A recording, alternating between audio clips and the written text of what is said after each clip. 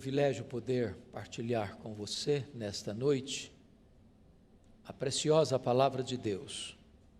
E eu convido você para abrir comigo a sua Bíblia na carta de Tiago, capítulo 3, e nós vamos ler do verso 1 ao verso 12. Tiago, capítulo 3, versos de 1 a 12. Depois que nós terminarmos a leitura, eu peço que você continue com a sua Bíblia aberta, porque é muito importante você acompanhar comigo a exposição desta passagem. Tiago diz assim: meus irmãos, não vos torneis muitos de vós mestres, sabendo que havemos de receber maior juízo, porque todos tropeçamos em muitas coisas. Se alguém não tropeça no falar, é perfeito varão, capaz de refrear também todo o corpo. Ora, se pomos freios na boca dos cavalos para nos obedecerem, também lhes dirigimos o corpo inteiro.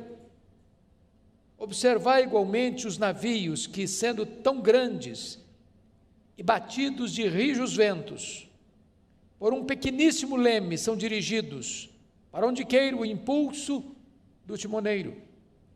Assim também a língua, pequeno órgão, se gaba de grandes coisas. Vede como uma fagulha põe em brasas tão grande selva. Ora, a língua é fogo, é mundo de iniquidade.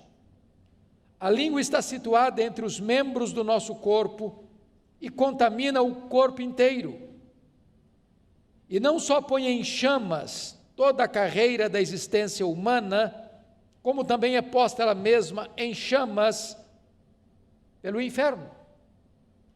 Pois toda espécie de feras, de aves, de répteis e de seres marinhos se doma e tem sido domada pelo gênero humano.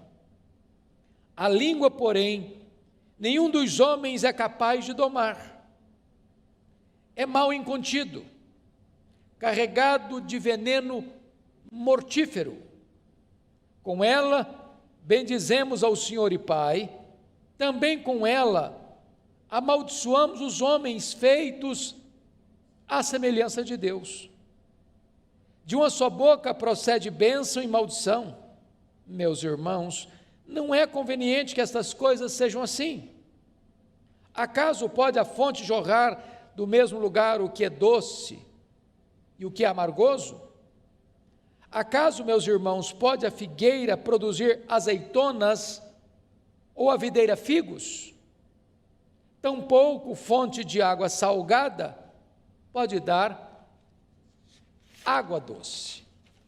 Eu gostaria de conversar com vocês sobre o seguinte tema hoje à noite: cuidado com as suas palavras. Bom, esta carta foi escrita por Tiago.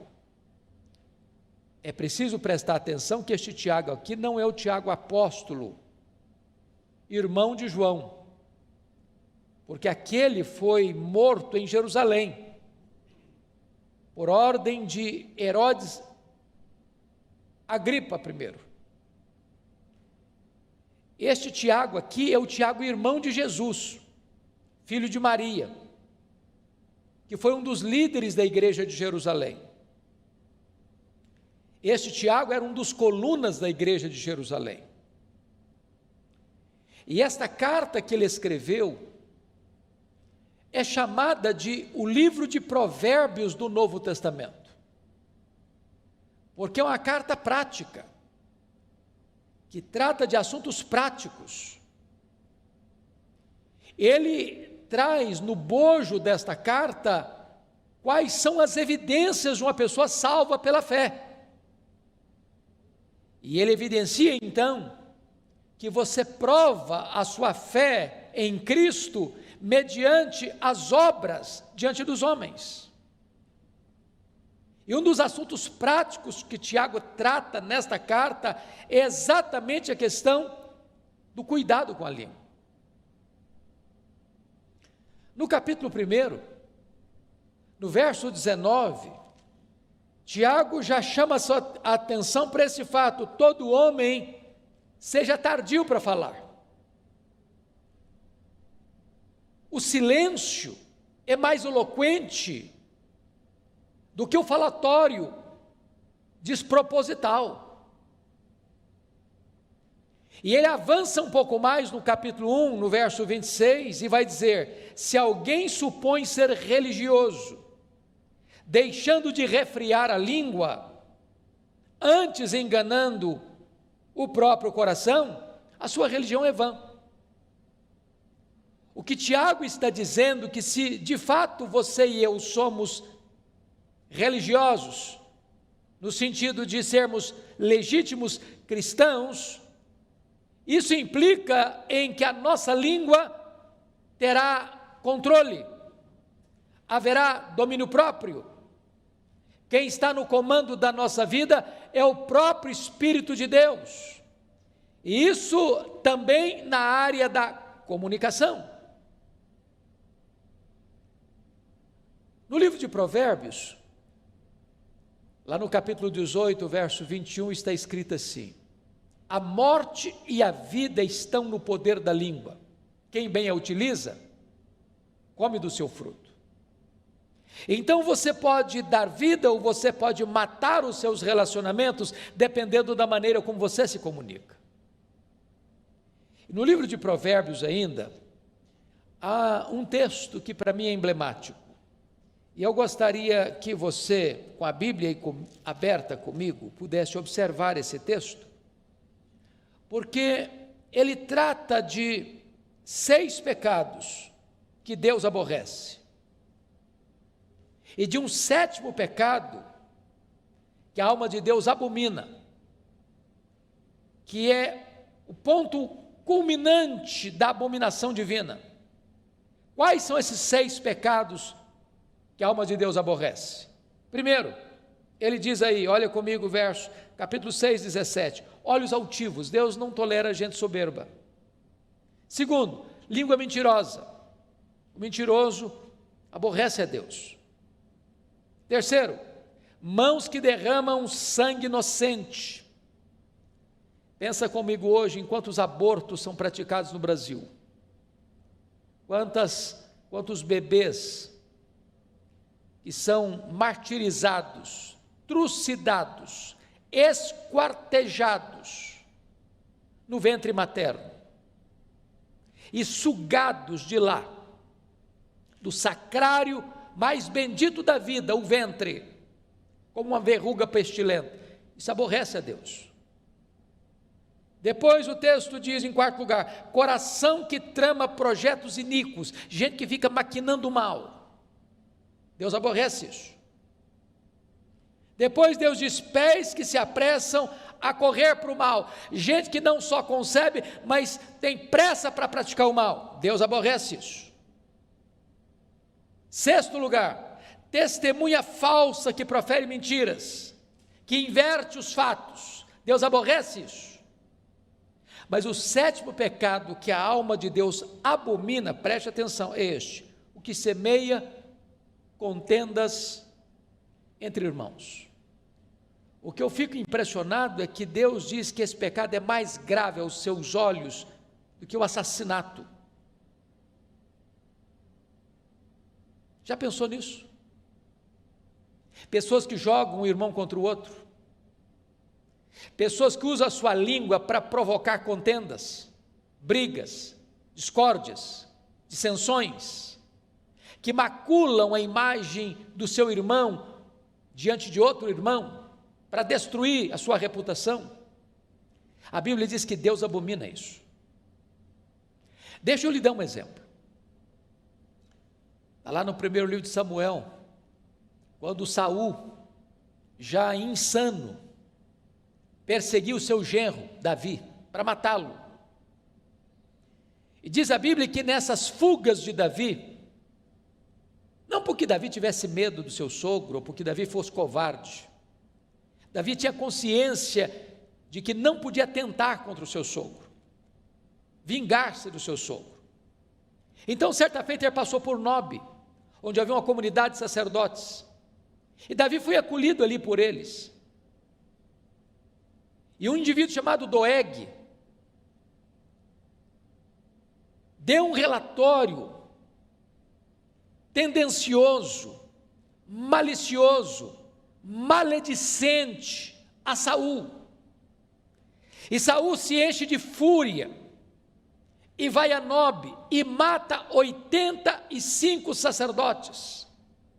Mata homens, crianças, uma chacina, um derramamento de sangue, porque alguém maldoso joga uma pessoa contra outra e cria um cenário terrível de conspiração que leva à morte de muitos inocentes. A língua é perigosíssima. Então, cuidado com a sua língua, cuidado com as suas palavras. Voltando ao texto que lemos para expô-lo, abra comigo então, lá em Tiago 3. E Tiago começa alertando para o seguinte fato, olha comigo, versículos 1 e 2. Meus irmãos, não vos torneis muito sabendo que havemos de receber maior juízo. Então, preste atenção. Quanto mais alta a posição que você tiver, mais de você será exigido. Quanto mais privilégios, mais responsabilidades. O grau de exigência vai crescer. Mas no verso 2 ele diz assim: porque todos tropeçamos em muitas coisas. A primeira realidade que eu noto nesse versículo é que Tiago está sendo prático e honesto. Se você é uma pessoa honesta, você sabe que você também, como eu, nós tropeçamos. Tropeçamos na nossa própria língua. Quantas vezes nós falamos quando não devíamos ter falado? Quantas vezes nós nos calamos quando deveríamos ter falado? Quantas vezes as nossas palavras não foram as melhores, não trouxeram edificação? Quantas vezes as nossas palavras não transmitiram graça aos que nos ouviram? Então, todos nós tropeçamos em muitas coisas, e Tiago diz: se alguém não tropeça no falar, é perfeito varão, capaz de refrear todo o seu corpo. Então, diante deste aspecto, Tiago vai nos ensinar 3 lições aqui que eu quero destacar do texto. Primeiro, é que a língua tem o poder de dirigir, é isso que ele trata nos versos 3 e 4. Segundo, a língua tem o poder de destruir, é o que ele trata nos versos 5 a 8. Terceiro, a língua tem o poder de deleitar, trazer prazer, é o que ele fala dos versos 9 a 12. Então eu quero tratar com você desses 3 aspectos da língua. Ela dirige, ela destrói e ela deleita. Vamos olhar então a primeira lição. A língua tem o poder de dirigir. E no verso 3, ele compara a língua como um freio de um cavalo. Um cavalo é um animal doméstico, que é usado para o trabalho doméstico, ou para montar, ou para o serviço. Ele tem uma força descomunal. Você não consegue medir forças com um cavalo. Porém, quando o cavalo é domado, você põe nele um freio. E mesmo que uma criança suba na sela, com as rédeas na mão, aquele cavalo obedece o comando. O que Tiago está dizendo, que a nossa língua pode nos dirigir, como um freio dirige um cavalo, e toda a nossa força, e toda a nossa energia, pode ser canalizada para o bem e não para o mal, para um bom serviço e não para um desastre. A segunda figura que Tiago usa, está no verso 4, eu peço que você observe comigo. Ele compara a língua que dirige como um leme de um grande navio, que singrando os mares encapelados, enfrentando as ondas revoltas, nos mares da vida, aquele pequeno leme, o timoneiro consegue conduzir o navio para não se chocar contra as rochas, para não enfrentar um iceberg, para não ir ao naufrágio trazendo prejuízos, perdas e desastres, com muitas mortes. Então Tiago está dizendo que da mesma maneira que um leme pode conduzir, o timoneiro pode conduzir o navio nos mares revoltos da vida, se você tiver domínio na sua língua, se a sua língua estiver domada pelo Espírito Santo, você vai ser conduzido em segurança, não permitindo que você produza desastres por onde você passar. Este é o primeiro aspecto. Bom, você conhece tantas pessoas que por causa das suas palavras levam pessoas à ruína. Eu já assisti alguns filmes, por exemplo, da Segunda Guerra Mundial. É sabido de todos que Adolf Hitler era um orador que eletrizava as multidões. Ele conseguia manter presa uma vasta multidão com os seus discursos eloquentes, mas induzindo essas pessoas para o mal, para a destruição, para a ruína. E foi um dos homens mais perversos da história, um homem que manchou suas mãos de sangue e deixou um legado inglório, vergonhoso, desastroso para a história da humanidade, porque esse dom da palavra foi usado para o mal. Ao mesmo tempo você pega o exemplo de Martin Luther King,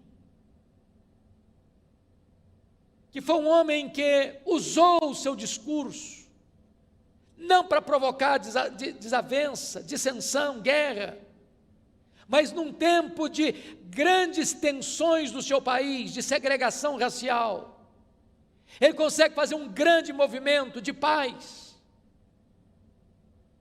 porque você pode dirigir a sua vida para o bem ou para o mal. Quem domina a sua língua, consegue dominar todo o seu corpo. Mas agora, Tiago vai tratar da segunda figura, a língua tem o poder de destruir. E eu chamo a sua atenção, porque ele vai dizer no versículo 5, assim também a língua, pequeno órgão, se gaba de grandes coisas. Vede como uma fagulha põe em brasas tão grande selva. O ano passado, e este ano também, nós tivemos no mundo muitos incêndios, terríveis incêndios, na Austrália, na Califórnia, na Amazônia. Nós tivemos incêndios de grandes monumentos, como a Catedral de Notre Dame, em Paris. E às vezes, uma pequena fagulha, um fósforo que você risca, ou uma guimba de cigarro, pode provocar um incêndio avassalador, descomunal, de consequências trágicas, de prejuízos colossais. Assim a língua. Um comentário maledicente, sobretudo em épocas de fake news, de redes sociais, onde se mina a reputação das pessoas, se espalha mentiras acerca das pessoas, se induz as pessoas a formarem uma opinião errada acerca de outras pessoas. E esta pequena fagulha vai provocando incêndio, e vai alastrando esse incêndio, e vai destruindo pessoas, e vai arruinando reputações, vai tendo assassinato de reputações. Então cuidado com a sua língua, não promova a mentira, não promova a maledicência, não coloque as suas mãos para espalhar mentiras e fake news. Cuidado, cuidado com a sua língua. Olha comigo o versículo 6. Ora, a língua é fogo, é mundo de iniquidade. A língua está situada entre os membros do nosso corpo e contamina o corpo inteiro. E não só põe em chamas toda a carreira da existência humana, como também é posta ela mesma em chamas pelo inferno. Em outras palavras, aqueles que permanecem nos pecados da língua e não se arrependem deles, estes não herdarão o reino de Deus e sofrerão penalidade eterna nas chamas que não se apagam do inferno. Isso não é coisa pequena. Não é coisa pequena. Nós já falamos aqui, à luz de Provérbios 6, que este é o pecado que a alma de Deus abomina. Mas deixa eu dizer algo para você ainda. Além da língua ser perigosa, porque é como um fogo destruidor, agora veja comigo no verso 7, que Tiago vai dizer que a língua também é indomável. Pois toda espécie de feras, de aves, de répteis e de seres marinhos se doma e tem sido domada pelo gênero humano. Então, as aves, os animais da terra e os peixes do mar, os voláteis, os anfíbios, os peixes e os animais que rastejam pela terra, todos podem ser domados, todos, e domados pelo homem. Agora olha comigo, por gentileza, o verso 8. A língua, porém, nenhum dos homens é capaz de domar. E Tiago prossegue, é mal incontido. É mal incontido. Eu não sei quanto a você, mas eu reconheço tantas vezes a minha insensatez. E às vezes eu fico com vergonha de mim mesmo. Porque às vezes eu falo que eu deveria ter vergonha de ter falado. Às vezes falo na hora mais inoportuna. Às vezes eu falo com as emoções exaltadas, e a Bíblia diz que isso provoca ira. Às vezes eu contribuo para que as pessoas sejam mal faladas, ou me omitindo, ou contribuindo para isso. E eu preciso admitir, à luz do diagnóstico do texto bíblico, que de fato a língua é um mal incontido, e uma fera enjaulada atrás dos nossos dentes, que até hoje não conseguiu ser domada.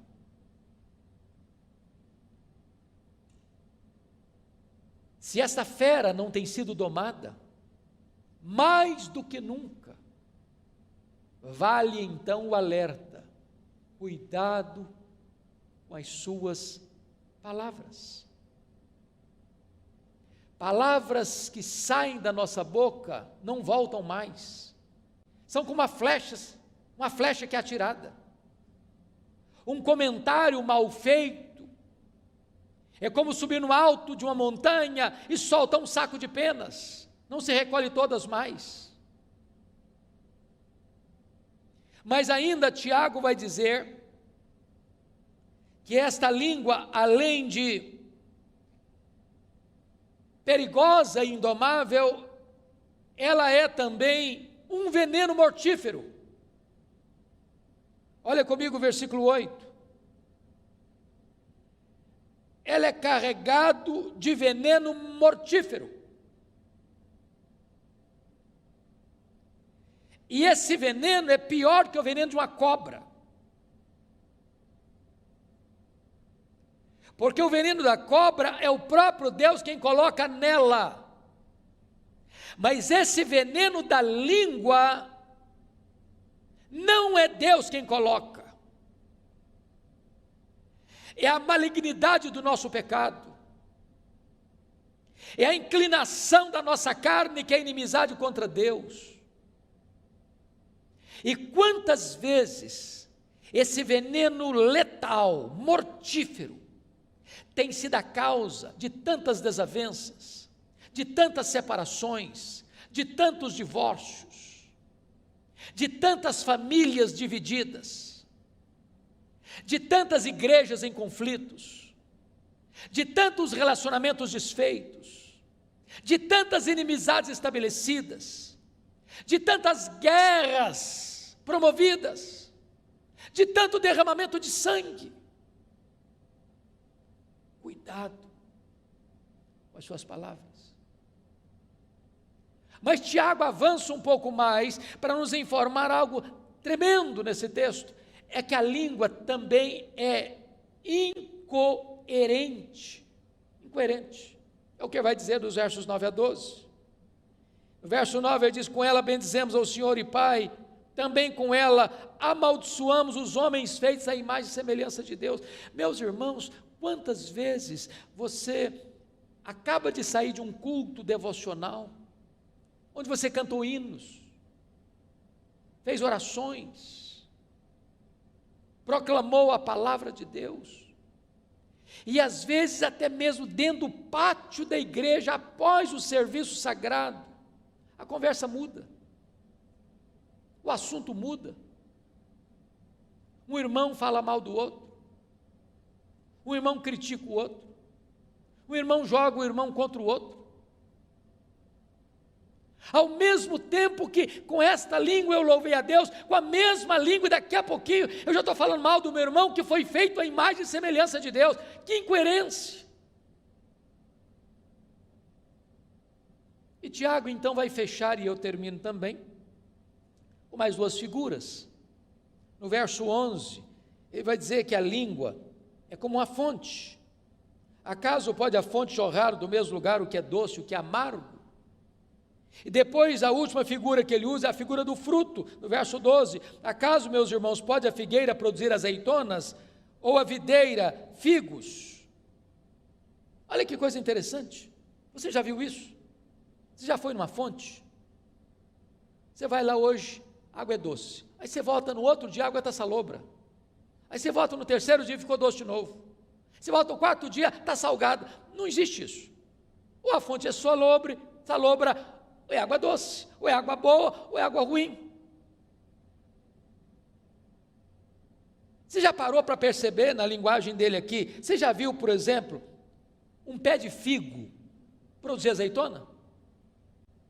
Ou você já viu uma videira que tem que produzir uva, produzir figo? Você nunca viu isso? Não tem essa incoerência no mundo vegetal? E Tiago diz, mas esta incoerência está em nós. Por isso ele termina assim: tampouco, acaso, meus irmãos, pode a figueira produzir frutos azeitonas, figos? Tampouco fonte de água salgada pode dar água doce. E ele conclui na sua palavra preciosa, no verso 10, de uma só boca procede bênção e maldição. Meus irmãos, não é conveniente que essas coisas sejam assim. Bom,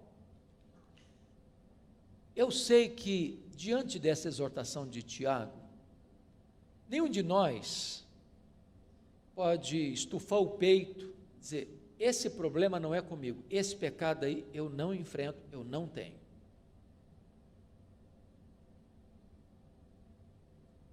Se formos honestos, temos que vestir todos nós a carapuça e dizer, pô, Tiago está falando é comigo, é com você.